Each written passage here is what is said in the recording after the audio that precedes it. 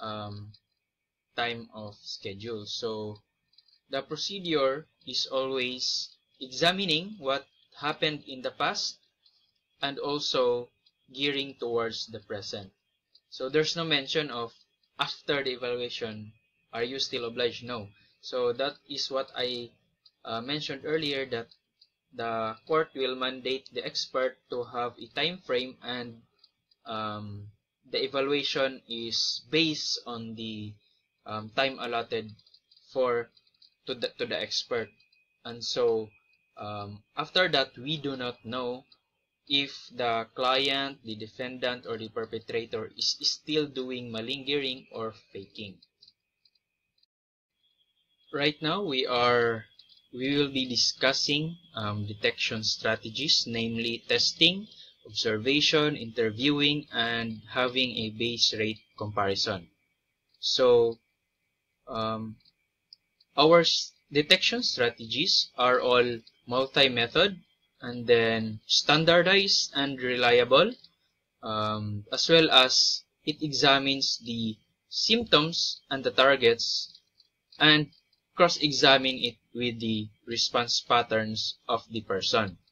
So testing, we all know in our previous semester during the intersession about an MPI 2 that is used to determine non-cognitive functions such as behavioral, emotional, and psychiatric issues, as well as response bias. And aside from that, we have personality assessment inventory with its negative impression scale that is found to discriminate fakers and non-fakers. Also, neuropsychological test that measures the 5 domains such as learning, cognitive ability, visuospatial ability, short-term memory recall. All of those will be also examined, and it can be correlated if it has organic cause. So, as a reminder from the authors, once we do these 4 detection strategies, we have to keep in mind that the context of this evaluation is always on 3 aspects. Number 1, the person or the actor, or the perpetrator or the defendant.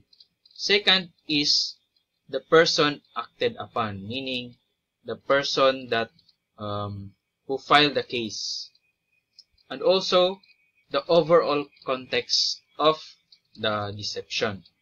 So with that in mind, put yourself as the expert and then imagine you administer a series of processes, evaluation to your client, to your defendant or perpetrator. You conducted processes that rules out unintentional distortion, and you also conducted evaluations that rules in intentional deception. So with that in mind, there's a question: do you need to repeat all of those processes to significant others, just like their friends, their family members, in order to validate their information? And the answer is yes. So as you can imagine, the role of the forensic evaluator is so very broad, and it can be stressful, but that is the mandate of the court, because you have to keep in mind again the cost of your evaluation. What are the risks of misclassifying someone as faker or deceiver? And then always bear in mind that the decisions of the court, most likely it cannot be reversible. So those are the things that you have to consider as the forensic expert.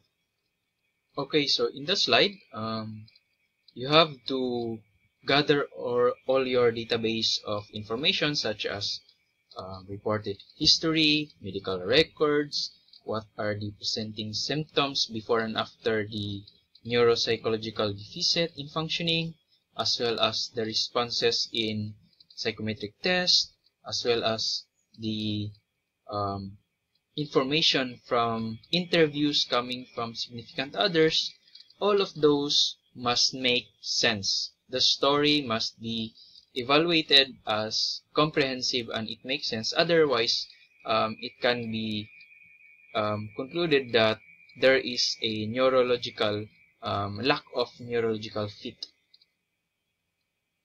Okay, so another strategy is retesting or comparison strategies. So here the idea is to administer easy versus difficult versions of the same test, because it is assumed that those who fake may not know that the two forms are different. So they may perform similarly on both versions compared to non-fakers. So the dot counting test, digit memory test, as well as Portland digit recognition test are helpful tools for this kind of strategy. Another strategy is to administer parallel forms. So it is assumed that fakers will have inconsistent scores because they expect that there might be no parallel test that will be administered. So one test to address that is Peabody picture vocabulary test. Okay, so another strategy is to look for inconsistencies in test performance. So across similar tests or tasks, it is assumed that fakers may not pay attention to the items and the instructions, as well as they may not perform in identical fashion. And so there's a reminder that in these kinds of tests, the item level scores is much lower when it comes to reliability than to the scale level score. So meaning the results of this test must be viewed holistically or in overall result and not on item or specific to the question scores.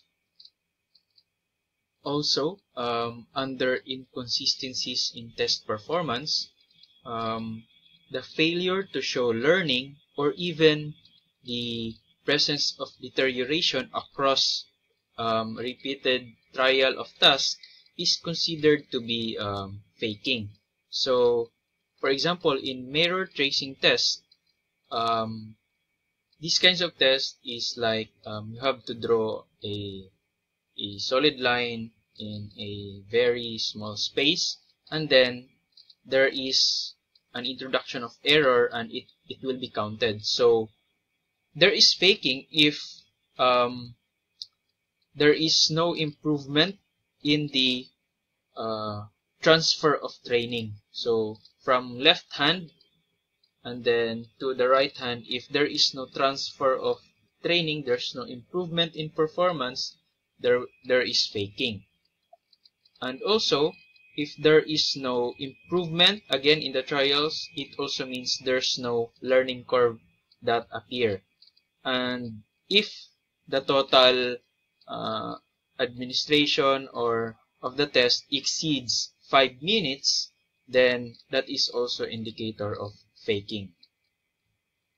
Another technique is departures from expected accuracy. So the idea here is about force choice testing and force choice reaction time testing. So it means that the fakers can be determined because the baseline here is even those persons with actual deficiencies or impairment can do satisfactorily in these kinds of tests. So for example, explicit alternative testing, it attempts to measure fake sensory and recall deficits. So the baseline in this kind of strategy is when you depart from the expected accuracy, then it is considered as you are faking.